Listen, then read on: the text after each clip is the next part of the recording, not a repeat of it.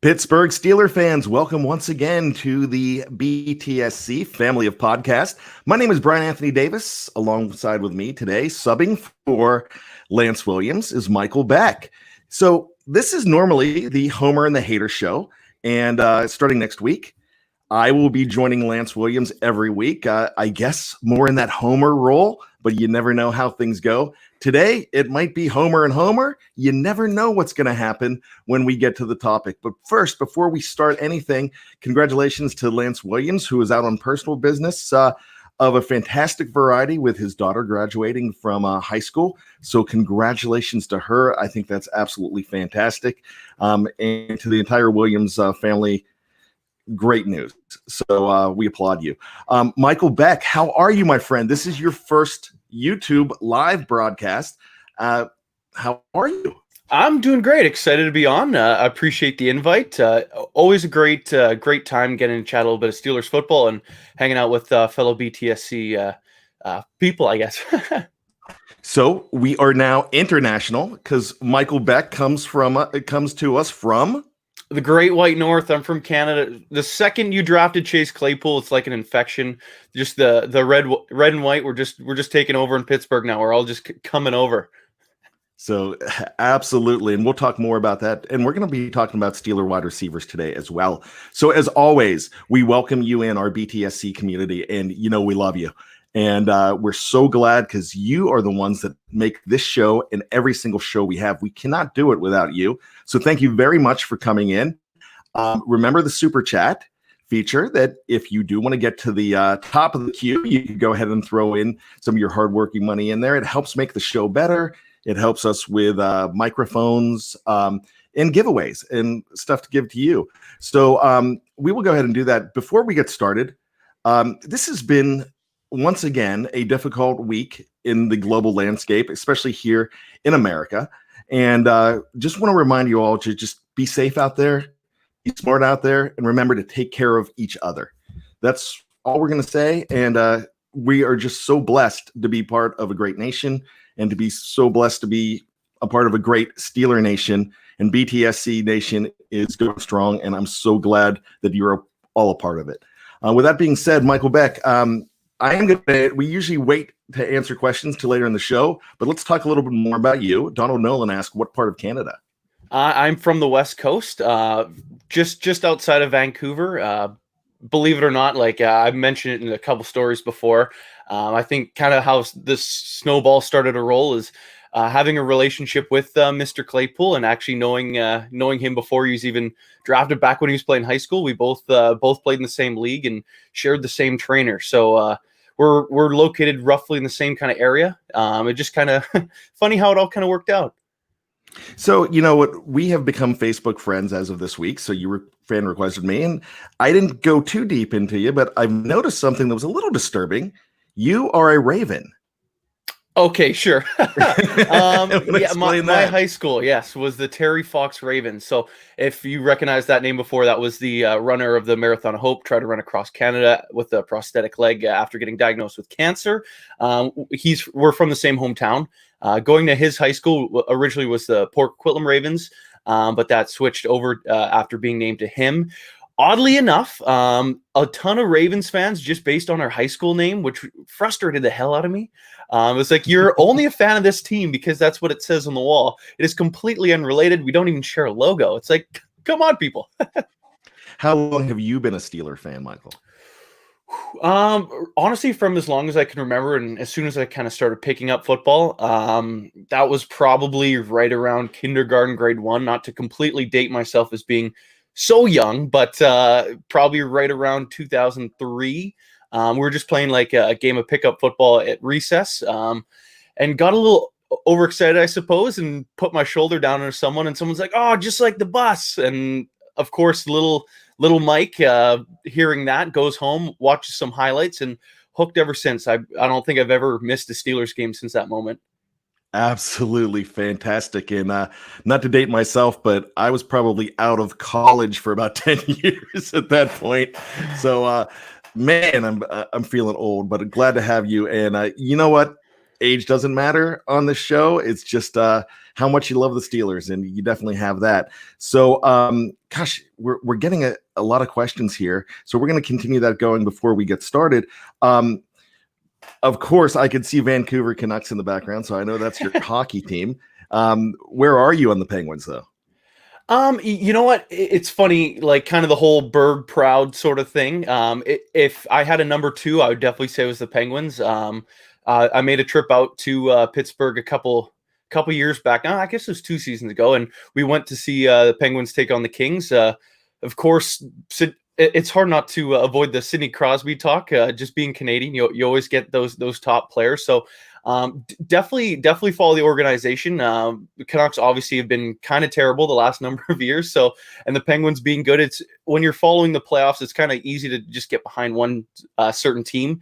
And when they went on that run of a couple Stanley Cup titles, that was definitely one that I checked out a little bit more, watched their games a little bit more often. So definitely higher than I'd say most of fellow Vancouverites, but yeah, no, definitely checking out the Penguins, but the Canucks are still the number one hockey team in my heart. A whole bunch of struggles. No problem with that whatsoever. So you played in high school, of course, for the Terry Fox Ravens. Did you play in college or after? Right. I think I noticed that. Yeah, And no, what position? I played at Simon Fraser University. That was the only Division II make that only NCAA school located outside of the United States. Also here locally in Burnaby, British Columbia. I actually played along the offensive line, and since hanging up the cleats, shed about 80, 90 pounds. So that was a little bit nice getting that extra weight off. But yeah, no, played in the trenches for a long time. I played football for I think 14 seasons. When I was done playing collegiately, there's like a junior league for just like kind of in between players between the Canadian Football League and university that I played 1 season left there. And then that was kind of it for me playing football, just a few injuries and a couple of different opportunities that I want to take advantage of. I was like, I think this is the route I want to go. So I was at peace, I think I'd say, with hanging up the cleats in the jersey, but it's great to be a fan and being able to pay attention to my favorite team a little bit more often now. Well, one more question before we get into the receivers, and it's going to be about the receiver that we mentioned before. I know you're all excited about Chase Claypool. A lot of Steeler Nation is very excited too. What kind of relationship did you have with him? Did you play ball against him, with him? How did that go? Okay, so Chase is a little bit younger than me. In high school, we never actually. Maybe I should backtrack a little bit too. He actually played at a level that was lower than my high school. So, like, we have the AAA, AA, Tier 2 system. Okay. He played in AA. And when I was at university, oddly enough, our coaches thought for sure he's going to, like, no one's ever going to find this kid AA football in British Columbia, Canada. There's no way. They were so certain we're going to land this stud, which in D2 football, getting a second round pick wide receiver, we would have been pretty good. But his tape got out there and he exploded. But my relationship with Chase kind of stems from playing our mutual trainer, Eddie Ferg and Air Raid Academy, just to plug them. Just a great group of people. They take most of the local guys and bring them to 7-on-7 camps in the States, train them on the field in the weight room, and help them develop relationship with collegiate coaches. And both Chase and myself worked pretty closely with him, and that's kind of how we got to know each other. Well, thank you so much for that background. We are going to learn so much more about you, and I know you're an offensive lineman, but we need to have that great football story from you, just like the Jeff Hartman pick six from 6th grade back in Wheeling, West Virginia, which he talked about all the time. So we're going to need you to think about that for next time. So that's great. But get used to Michael Beck. He's definitely a part of the BTSC family. He's now the new deputy editor next to Dave Schofield. And Michael will also be on the BTSC family of podcasts. You will see a lot of him, hopefully, and it should go very well. So thank you very much. Now let's talk about those wide receivers. The very first thing, as you saw in the title, and one of our great chatters in the live chat, Felicia mentioned that why is everybody on Juju getting a second contract? But as you see the title, will there be a second contract in Juju Smith-Schuster's future? Now, I'm kind of I'm going to give my stance right away. I agree with Felicia. I don't think there should be any question. However, what happened as soon as Antonio Brown left? I'm sorry. I guess since this is Lance's show, even though he's not here, I have to call him Richard Gummies or Mr. Third and Fifth. Oh, I'm sorry, Gummy Richards.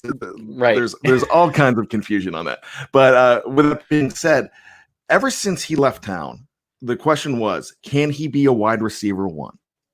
Then last year comes along, and it's a complete aberration. It's really hard to judge anything from 2019 because Ben Roethlisberger wasn't there. You were dealing with quarterbacks that were having trouble getting him the ball, and you were dealing with the fact that Juju Smith-Schuster was injured. But Michael Beck, I want to ask you, do you think that there's going to be a future in Pittsburgh without Juju Smith-Schuster as early as 2021? I can see it because of how many other high-priced free agents are coming up, and that Big Ben is getting paid. I think it's $41.2 million next year. The cap number is going to be super interesting because of everything obviously going on. I know the NFL isn't as gate-driven as a lot of leagues are, but that cap number, it's not going to explode. It's not possible that there's going to be less money. So I think if it really depends on what Juju does this year, if he goes off and drives his number up, I don't know if they can afford him. If he's like average, even then it's going to be tough. I think one of the reasons why they keep drafting receiver year after year, ever since picking Juju, is probably to kind of replace the position. One of the stats I found most interesting, I believe every receiver dating back to Plaxico Burress, who was drafted, didn't get a second contract except for Antonio Brown. Believe it or not, every single one drafted, they just, after the rookie deal was on, they moved on, went to the next one. That trend probably continues just based on how much money they have and how well they are at drafting. If Claypool and Deontay and Washington are studs, or even either of the tight ends that have been acquired recently, and Eric Ebron and Vance a couple years ago, if they explode, they could probably just move on without having Juju in that receiving core. Would I like to have him? Absolutely, but that cost might just be too much to afford guys like keeping Bud Dupree a couple more years, or possibly signing TJ Watt, which would be an absolute travesty if we couldn't bring him back to the roster. You know, I really think that a guy like TJ Watt is going to be that the future face of the franchise for years and years to come. But here's the thing. When you look at how successful that 2017 Steeler draft was, you've got to realize that some of those guys are just not going to be able to be here because of finances, like you've mentioned. The most obvious one is probably going to be James Conner. And we were talking about that a year ago before the season, that even if he stays healthy and has a great season, he might be a casualty to the cap because of the situation where you had so many players that you need to keep from a certain draft. Now, when you're talking about TJ Watt,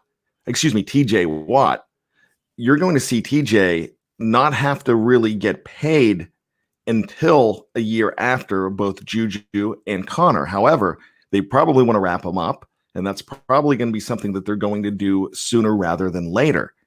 But as far as expiring contracts go, with Juju and Conner only getting a 4-year deal, someone's going to have to go.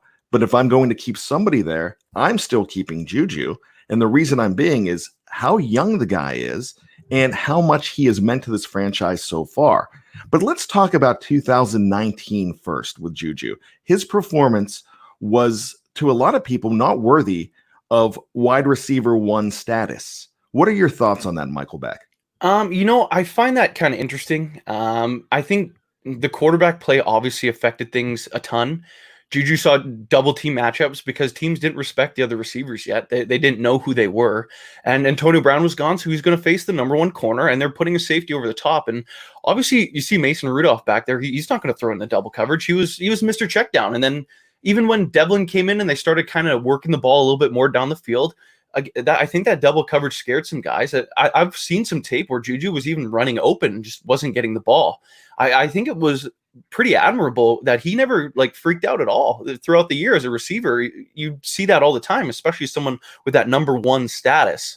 They're going to expect the ball, and it wasn't coming his way at all. I have a hard time saying he wasn't a number one receiver because of last year was like a really down year for every receiver. Like, sure, Deontay got his numbers, which was pretty impressive as a rookie, but I think Juju still could be the number one, but I don't think he's someone that's going to play that X outside receiver. I think he's someone who plays his best game in the slot.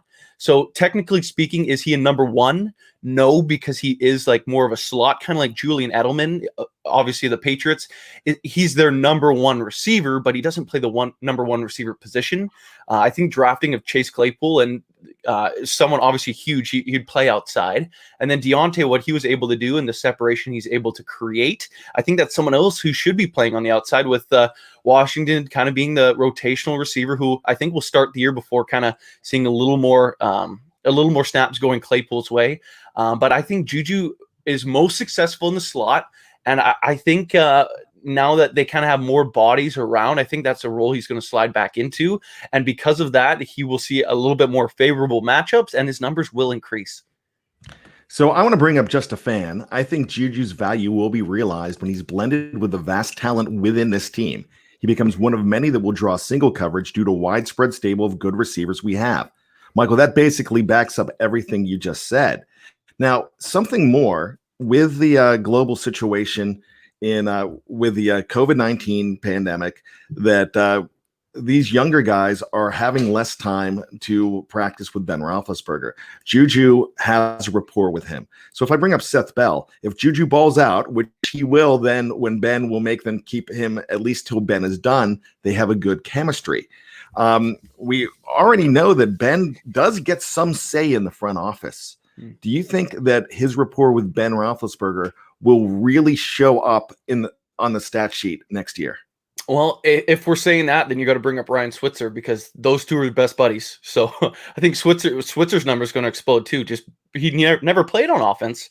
You get your buddy in, and maybe he slots in a little bit more in the slot. But coming back to Juju, I think absolutely. I think because Ben will likely throw the ball to guys he trusts. That's kind of something we've seen, and a lot of things we've heard out of the locker room is he doesn't really spend too much time with the rookies. It's almost like you kind of got to prove it before you're, I hate to say worthy of talking to me, because that makes Ben seem like a lot worse person than he really is. But that's kind of how it goes on. But if he really comes in and lights it up again, I could see Ben lobbying for it.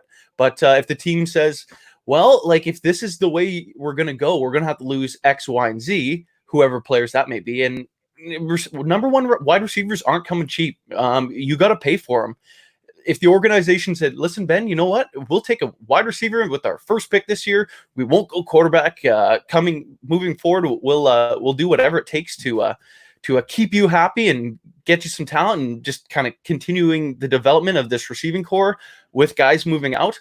I think he might be okay with it, just specifically because they don't typically keep receivers. You get 4, maybe 5 years, depending on what round they're taken in, and they tend to move on. So I think Ben's probably just used to receivers kind of recycling through and being brought in and then sent out, and vice versa, just kind of all the time. So would he lobby for Juju? I think absolutely he would, but I don't necessarily think he would stand on that, like die on that hill. I don't think that's what the stance he would take towards that singular wide receiver, especially what we could see out of the rest of the guys. It really boils down to what the rest of the guys are able to do, coupled with what Juju brings again in 2020.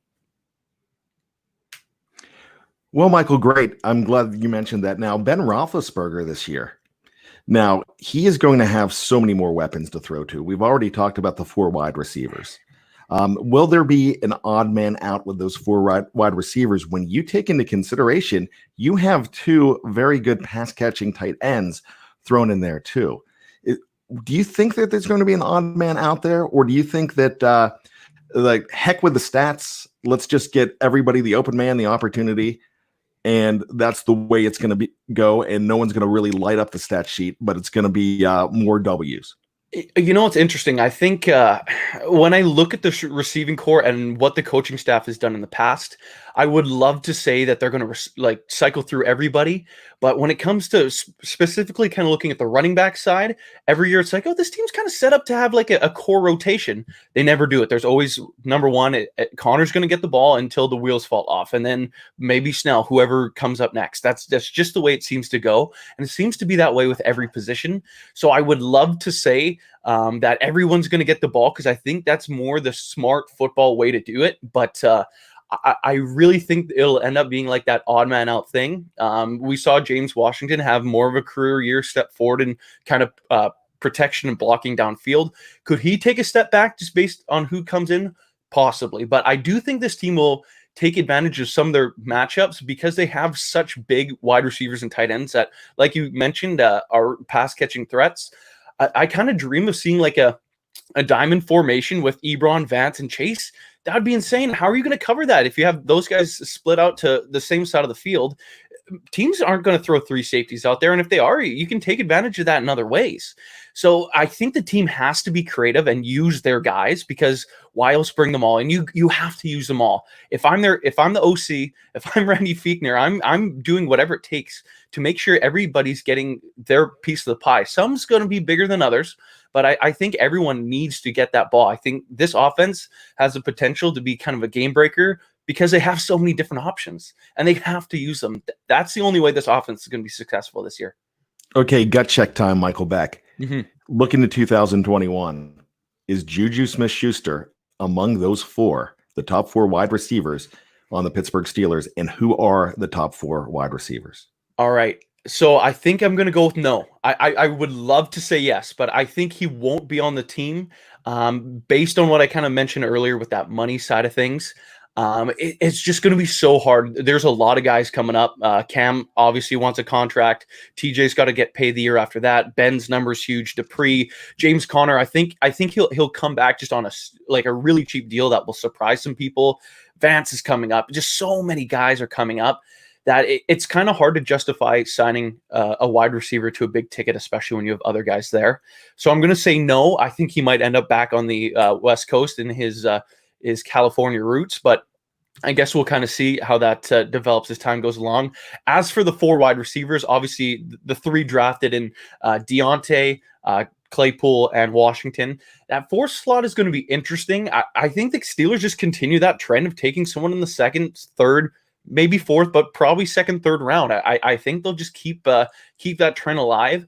Who that person is, I guess we're going to just have to sit back and watch NCAA season, but I don't think that number 4 guy right now is on the roster yet. I think that's someone that we'll see. Hopefully not a Dante Moncrief 2.0, but something along those lines, either a veteran, which I doubt. I think they'll just go back to the draft pool and kind of keep doing what they have historically. Very good. I do appreciate that. You know, as far as I'm concerned, I think we need to throw a bet on this, and I'm big on bets. Not huge bets, but maybe something cool from Canada and something cool from the Berg. I mean, I could probably get you Primanti's out that way. Okay. So, have you ever had a Primanti sandwich? Let me ask you that. It was the first thing I did when I got to Pittsburgh. You know, whenever I dreamed of visiting, going to a game, being in Heinz Field, it was, you watch the rookie videos. It's the first thing they do when they get to town. It's like, it's what you got to do. Like fries and slaw on a sandwich. You're dang right. Of course, I'm taking that up. I think I went like 3 times in a week. What did you order? What was your sandwich? Oh goodness, I can't remember what it was called.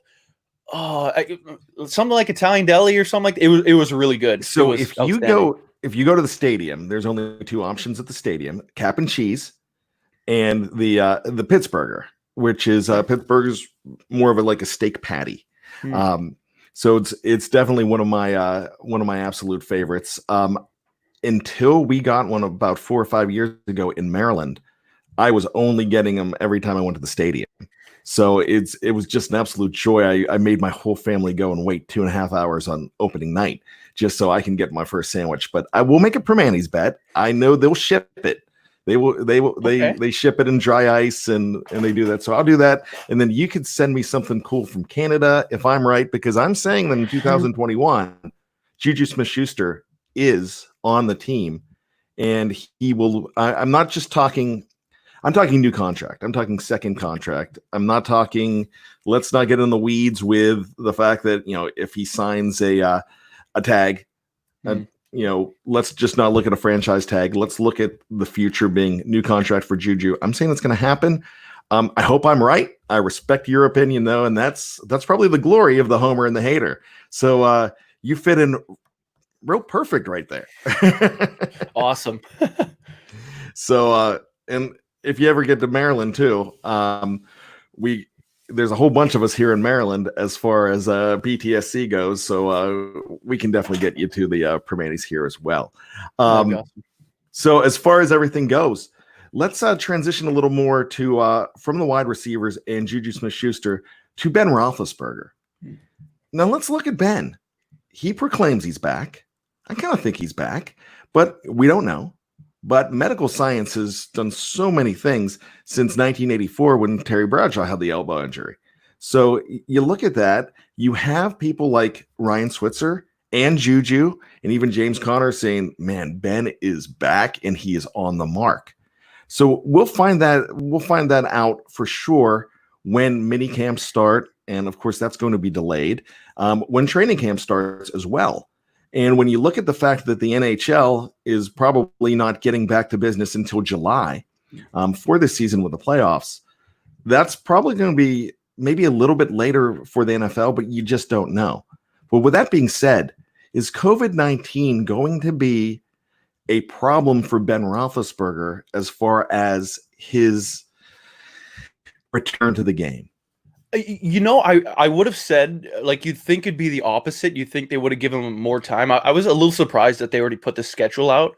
I thought for sure it's like, why not just delay things maybe a week or two? Like, I think we could handle that, and like players get a little bit more rest. He's more time to come back. But I don't know if it'll necessarily affect Ben because he'll just be throwing a little bit less. I feel like that could only help. Like he knows how to play the game. You don't play nearly 20 years as a quarterback, and he's going to make the Hall of Fame. So you don't really do that just not knowing what you're doing. So the mental side of things, he's not going to lose. But when it comes to actually getting the strength back, he's thrown with his wide receivers a lot, but he's not going to take any hits. Obviously, he wouldn't in practice or camp anyway.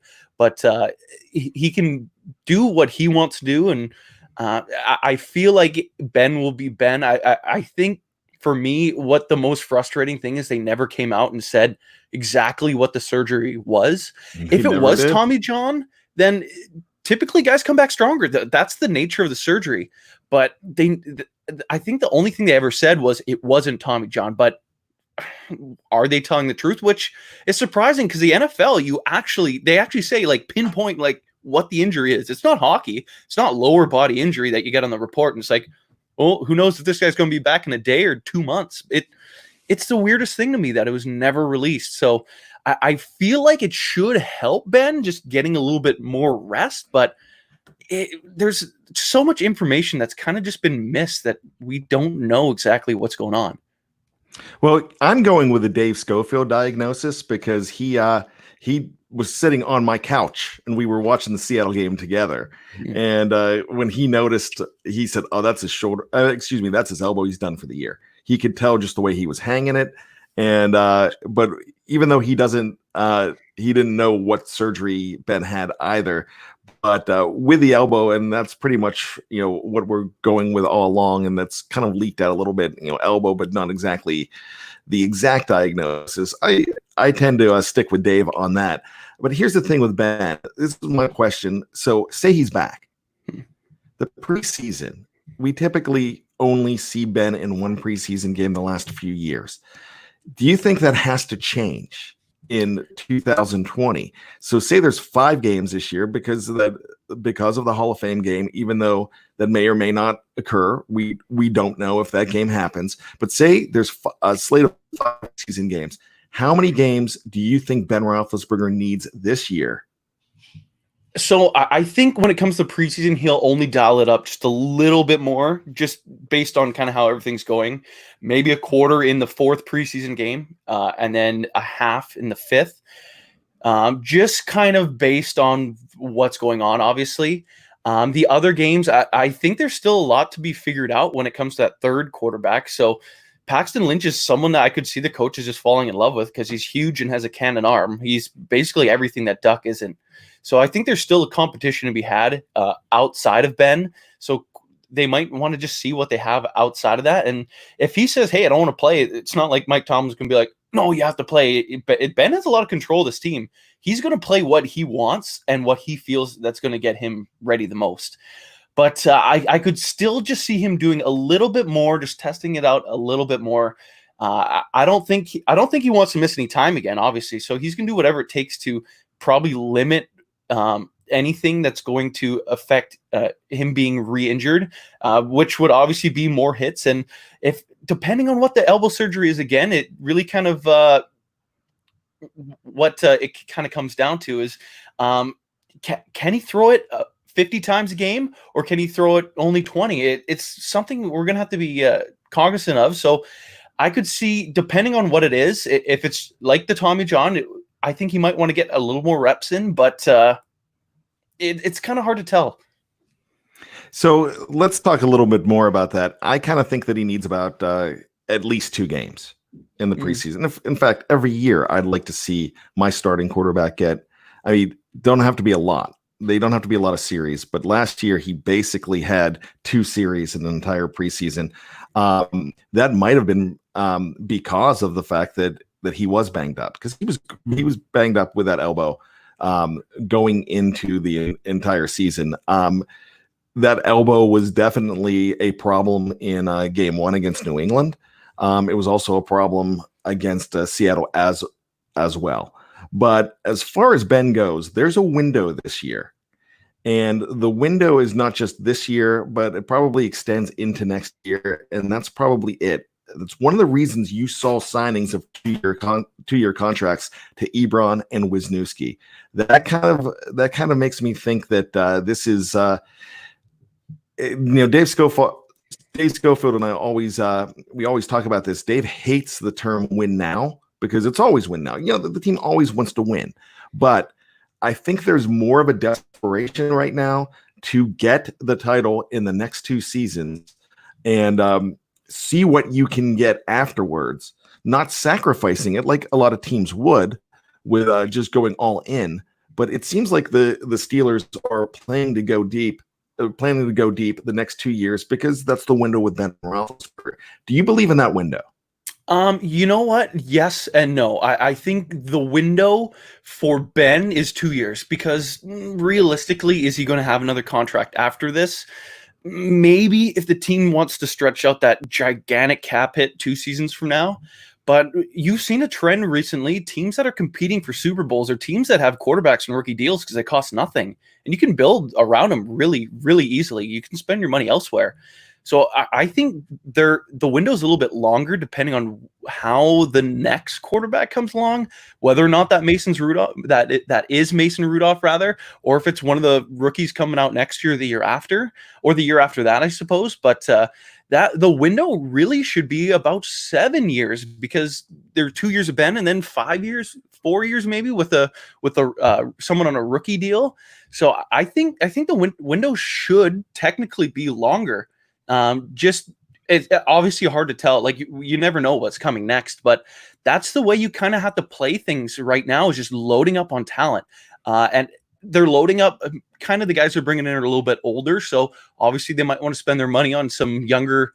They don't, obviously, again, backtracking a bit, they don't spend their money on free agents, but maybe they'd be a little more likely to bring in a name or two or acquire some more draft picks, moving out some older players to start that kind of next era of Steelers football. So I think, of course, they're trying to go for all the gusto as much as I'm trying to avoid saying win now. But that's I think they're going to make a push with Ben, and then you have to go again with whoever's up next. Whoever that next person is, there's going to be a lot of pressure because this roster is kind of built for now and the future. It's a young team. Okay, gut check time. Who's number 2? On the depth chart, the quarterback? Yes.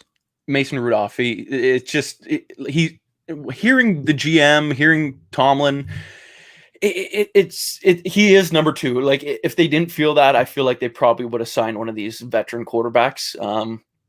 Obviously Ben doesn't want it. He's not going to get pushed, so it doesn't matter who else is there. But I think Ben doesn't mind Mason being behind him. But I think Mason's going to be the guy who's their number 2. And for me, if I'm building a team, I'm obviously, you've seen it in some of my articles. I think you need to give him some competition for number 2. I don't think Devlin's going to push him for that spot, even though he came in. But that's based on what the coaching staff has said. Mason's our guy. And if he's not, I would be completely stunned, especially going into this season. You've mentioned Devlin a couple times on this show. So one of the guys you haven't mentioned was JT Barrett. Right. So if we're looking at ranking number 5 through 3, how would you rank them? Because I'm actually, and I love Duck. I actually own a number 6 Hodges jersey. Nice. However, I'm looking at him right now in a competition for number 4 at this point. So how would you rank them? So right now, I maybe I'll quickly plug my my little series on the website, because I am going through all the players A to Z. We just touched on JT Barrett, and right in there, I said he's going to be the guy who probably makes a practice squad as someone who plays that Lamar Jackson practice quarterback, running around, throwing the ball downfield. I think he's someone that's going to help this team, but that's more so in a practice squad setting. He still has 1-year eligibility there, so I think that's a perfect fit for him. But with that said, I think that makes him the 5th quarterback, but once the season rolls around, one of the 2 guys ahead of him will be cut and cannot be added to that practice squad. Although I think Duck could be, but he would never. Someone would scoop him up. But I would rank the hierarchy being JT Barrett number 5, who ends up on the practice squad, bumping him up to 4, if that makes any sense. Number 4 being Paxton Lynch, who I think is going to be in a competition with number 3 right now, Devlin Hodges, who's the winner of that's going to be the last quarterback on the roster. Maybe they could trade out Duck if they don't feel like he's better than Paxton. Or right now, I'd say Devlin, obviously having some starting experience, he's going to be the guy to have the job to lose. So I think right now, Barrett 5, but he'll make the team in a practice squad setting. Lynch 4, Devlin 3. And if Lynch has a good camp but doesn't make it, you could be looking at a 6th round pick. Maybe, you got to fit number 5 for Dobbs. So that could be a possibility that he could renew his career with a good training camp. So that's something that we definitely can't wait to see. So I asked for some questions for the show on the live chat, and we're going to go rapid fire here. And Michael, I'm going to give you an opportunity to answer these questions. We're going to start with Donald Nolan. And Donald, a great contributor to the show, asked which cornerback gave up the least TDs last year. Would it be easy just to say one of the guys that never played on the bench? Let's go with guys with experience. Okay. Hayden gave up a couple. I think Nelson only gave up 1, so I'm going to go with Steve Nelson. So according to Seth Bell, Steven Nelson didn't give up any TDs last year. Really? So that's something that we could definitely check. But I actually think that he may have given up 1 as well, but he didn't give up a lot. Where's your confidence in the cornerbacks? Oh, all-time high. Like I honestly, this secondary is one of the best this team's had throughout history. Like obviously the 70s team, ridiculous secondary. The mid-2000s team, Troy and Ike, unbelievable. Ryan Clark smashing people. The other, honestly, I've always kind of been under the impression that other corner was kind of that weak spot of the team, whether it was Deshae or whoever was lining up in that spot. But right now, the corners are outstanding. I think Cam Sutton, like as the 4th guy, is someone who could start on a lot of teams. I love Nelson. I'm super high on him. I think he could be someone who kind of you hear a little bit more like, is this guy one of the best corners in football in 2020? Like I am so high on Steven Nelson. And Joe Hayden has just completely reinvented his career in Pittsburgh. Like I honestly thought when they signed him, I was super excited, but I'm like, he's a guy that battles injuries. I don't really know what we're going to get from him, if he's going to see a second contract. But the team they're basically, what they do with corners is what New England does with receivers, because they can't draft them, but they can sure find them outside means like no other team really can. They've built a really good secondary, especially that cornerback position. Absolutely. Let's go to Nathaniel Zarate, I believe. I asked him last week to help me out as far as that goes on how to pronounce his last name, and sometimes I ruin last names, so I apologize. So I'm gonna go with Karate and Zarate. And other than depth at some positions, what is there that can hold back this team to win a championship? Ben's elbow. If he's good to go, I could see them even knocking off Baltimore to win the AFC North. Like, honestly, I don't love the Ravens roster. I think their quarterback played out of his mind last year. And could he repeat himself? Absolutely. But the Steelers are really, really talented team. They're Ben's elbow away from being a team that's right in the thick of things. Well, I live in the state of Maryland, and I probably not too far, about an hour from that crap nest called M&T. So there may or may not be truth to the rumor that that both Jeff and I have given salutes to that stadium driving past. So one finger, yeah, there's that possibility. But that's something that I love to hear, because being in the heart of black and gold, black and purple, and even burgundy and gold with the Redskins in this area, it's great to see that that rivalry is really strong. You have two strong teams, but you just want to be better than that one. And so I love hearing you say that. Let's go ahead to John Kowalo. If Ben gets seriously injured again, missing at least half of the season, does he retire? I pose the question, would you walk away from $41 million? Because he is not going to just leave that on the table. He is coming back in 2021. Even if he was a Super Bowl MVP, league MVP, Super Bowl champion, it's $40 million. Come on, I'm coming back for that no matter what. Yeah, that's a hard thing to walk away from. Most definitely. Steeler fan 74. Before I get into his question, Steeler fan 74, understand that you've had great results on your scan. So congratulations. You're in our thoughts and prayers. So glad to hear that, and so glad to have you in the live chat. We really appreciate you. His question is, do you think Deon Cain makes the active roster this year? That's a good question. I would say yes, but I guess it really depends on how much Ben loves Ryan Switzer. Honestly, it's going to come down to if they carry 6 or if they carry 5, or even 7, which I would highly doubt. But he's kind of going to compete with Saeed Blacknell, obviously from the XFL. And then I guess it really boils down to how high Ben is on keeping his buddy around. Obviously, I forget the gentleman's name, but the guy from Germany who's Pat Mahomes' best friend and wide receiver on the Chiefs, you see the Chiefs fan base talk about him like, oh, that's just Pat's buddy. He's on the team because he's Mahomes' best friend. It's the same thing with Ben and Switzer. If he wants him around, he's going to be around. But I would like to see Deon Cain on this team. He made some outstanding plays with no practice time, no experience, and obviously Duck and Mason throwing to him. I think he's someone deserving of a spot on this roster. So if it's up to me, yes.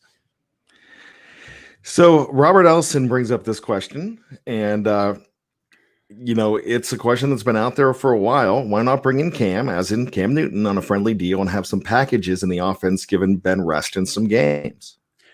This is something I wrote on as well. I think that would be like a pretty smart thing to do, in the sense of how hard would it be to game plan against this team? It'd be like impossible. You have this giant quarterback running formation with some big guys on the line. I think that could be potentially lethal, but that also means, Mason, we're done with you. Your quarterback 3, it's over. We're going to find someone after that. How much Cam really wants when it comes to money, I know he did say he's more willing to come in as a backup, but I like the idea in the sense of it could just make the Steelers so hard to play against, but I don't think that's something that's going to happen. I think Cam only actually would be brought in if Ben just couldn't go at all. Another all-star in the live chat is Reed Overend, and Reed asks, 4 guys remain from the 2017 draft class. How many are on the team after this season? TJ for sure. Obviously, he's got the 5th year, so he's coming back no matter what. I honestly think James Conner will, because with what he said, he couldn't imagine leaving Pittsburgh. Like, yeah, I understand that can change, but if anyone's willing to take a team-friendly deal, it's going to be him. I also can't see a whole lot of teams offering big money for James. Because of those kind of health things, that he's never played a full season. Maybe he could change that perception of himself, but I guess that's yet to be seen. But there's 2 there. Is the 4th Sutton? Is that right? Yes, Sutton was actually picked before James Conner. Right, in the both 3rd fourth round. Yeah. I think 3rd round. Sorry. I could see him also making the team. I think he could be the guy that could replace Mike Hilton, in a sense that Hilton's also going to command a ton of money. Both guys are up. I think there's only going to be one contract to keep one of those slot guys, and he can also play that safety spot. So I think Sutton will for sure. So that's 3. But then again, the topic of this video and the side that I was on, I'm not really going to leave it. Juju just not being able to be afforded. I think he will just get way more money elsewhere, and ability to kind of, if he has to turn himself around, he could find that elsewhere rather. Or if he does break out and shows that he is that 1,400-yard receiver, that he could do that somewhere else too, on a much bigger ticket than what Pittsburgh can afford to offer him. Let's go rapid fire here now, Michael. Okay. Felicia asked, do you think we can actually defeat the Chiefs in a head-to-head matchup? The Chiefs, they brought everyone back. If it's in Pittsburgh, sure, why not? But Pat Mahomes can go off. So if it's in Kansas City, no way. Sorry. Here's a question for me from Donald Nolan. Bad, you guys changing the title of the show. Who is Homer and who is Hater? Well, the Homer and the Hater will be back next week when Lance Williams rejoins me next week. So I think I'm probably going to be more of the Homer, because probably usually am, unless I'm mistaken. I'm a lot more of a Homer than most people think. Lance is definitely in that role. For this week, we're actually going to put the Hater title on Michael just for this week, because of the fact that he's thinking that Juju is not going to be back. So we'll just go ahead and go with that. Dave Schofield, the editor-in-chief here, the man, threw in some very good information. Kind of a correction, 41 million cap hit, but he's already been paid more than 20 million of that. So 19.5 is a lot to walk away from. I wouldn't walk away from $500,000. So I wouldn't walk away from 1,000. Honestly, yeah, I'd play for free. Yeah, so I mean, I'll take anything. Darren Dalton, another fantastic contributor. So as long as Ben stays healthy this season, I'm predicting 8 TDs for Chase Claypool. What do you think about that? I would be all over it, except he's going to have absolutely no reps. And Eric Ebron, I think, is going to be the guy in the red zone. I would say it's going to be a lower rookie season. Kind of, I hate to compare him to Megatron, but we keep doing the whole Mapletron thing. But Calvin Johnson, I believe, only had 3 touchdowns his rookie year. I think that's a kind of reasonable number, just based on what's going on in the world and being a rookie. I love this question from Robert Ellison. It's very thought-provoking. Do you see them bringing back Barron for additional help? Out of what linebackers are left, possibly, just because there's not a ton of depth on the team, and Barron obviously knows the defense. I was incredibly frustrated with him at a few times because it just seemed like he was lacking effort. He did make some plays. I will give him some credit, but I'd rather bring in like a Nigel Bradham or someone with a little bit more experience, someone who might be a little more willing to just go 100% on every single down. Let's go to Just a Fan. Expect Edmonds to be on the roster after his rookie contract? I think the team's a lot higher on him than the fan base is. It's really going to boil down to what he can do in the next 2/3 years if he gets that 5th year, which seems the Steelers will do with anyone, just in hopes of them kind of breaking out. But I could see it. Being paired with Minka might really just help him a little bit more. He's in a really good secondary. It's kind of hard to screw up, but he will get targeted a lot. So yes, but not a big number. Okay, Donald Nolan brought this up earlier. Didn't they bench Mason for Duck because Mason was killing them? That was exactly what Mike Tomlin said. It's tough because Mason didn't get like any help. If we're being honest, no quarterback coach for first 2 years of his career. And he was just kind of expected to learn by watching. I think it's going to be completely different. I think he'll work super close with Matt Canada, the future offensive coordinator of your Pittsburgh Steelers. I firmly believe that. So I think he is someone who will develop more, and some of the team obviously has stated a lot this offseason is pretty high end still. Okay, you say that. Who is the current offensive coordinator of the Pittsburgh Steelers? Randy Fichtner. Well, still kind of Matt Canada. Or is that Ben Roethlisberger? You know what? That's pretty fair. Like, he seemed to be his hands were kind of all over it, and I think he tends to call his plays on the field. So I think Randy's basically just a Ben Stooge possibly, but yeah, I know Randy Land lives. Ben could possibly be a coach when he retires if he really wants to go down that alley.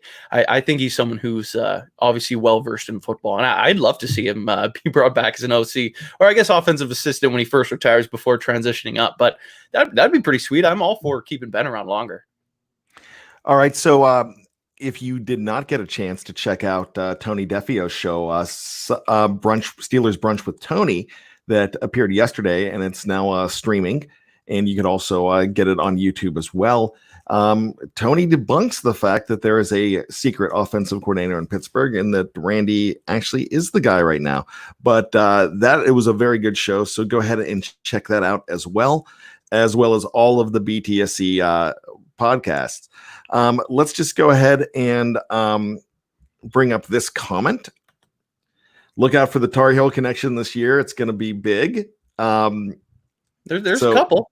So that's definitely Eric Ebron and Ryan Switzer there, the two North Carolina Tar Heels. So really interesting. Rod Young asks, "Bad, how many catches for Ebron and McDonald?" So a couple years ago, and I believe, if I'm not mistaken, it was 2018.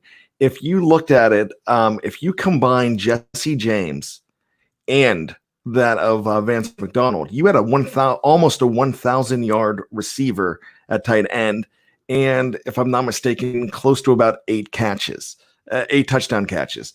If you look at the record for touchdown catches for a tight end in Pittsburgh, it is 8 with Heath Miller accomplishing that. So that's as far as tight ends go in a season for touchdown catches. As far as how many for Ebron and McDonald, I would probably think that Ebron is probably going to get you, I would say, close to 50. I think you might get 40 out of McDonald as well. But keep in mind, and we talked about this earlier, you have so many balls going around and so many opportunities for Ben Roethlisberger that some of those numbers are going to go down, and they're not going to be as sexy. The numbers aren't going to be Pro Bowl numbers that voters are going to look at and like, oh, you got to put this guy in because of the numbers. They're going to have to win on the eye test and actually how they're contributing to wins. And that's what you're going to really see from that tight end. Probably going to be one of the highest numbers as far as, if both are healthy, probably the highest tight end contribution you're going to see possibly in Steeler history this year. They could probably break a record combined if they are healthy, because that's how much talent that they have. Let's see. Robert Rohde says both of you guys are young, and Robert, I love you, buddy, for saying that.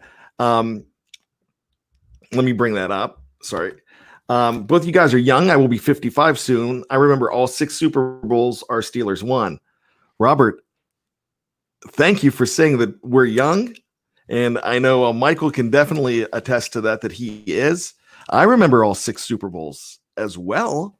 I'm going to be 49 this year.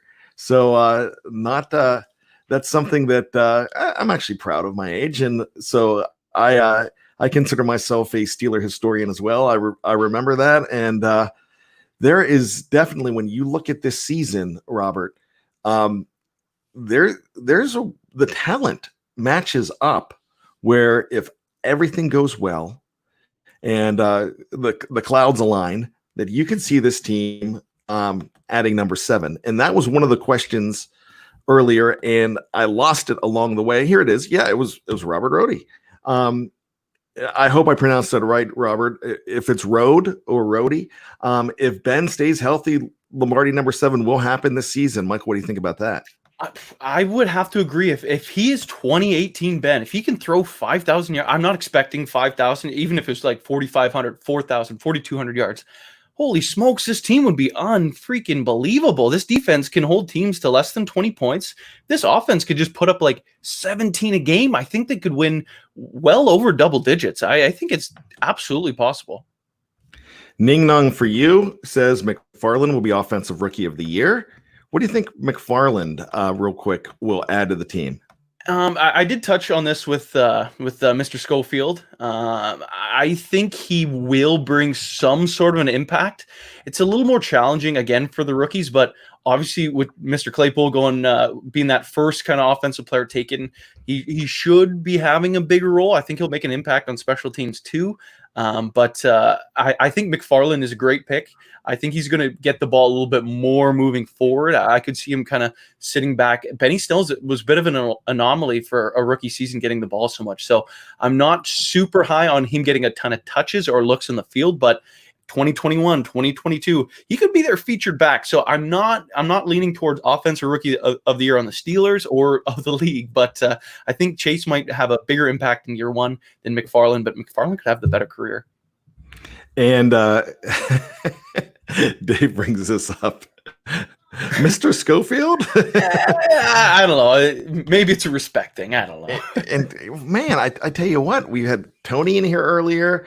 We've got Dave's in here, Big Bro Sco, and says, when were you talking to Dave about and my dad?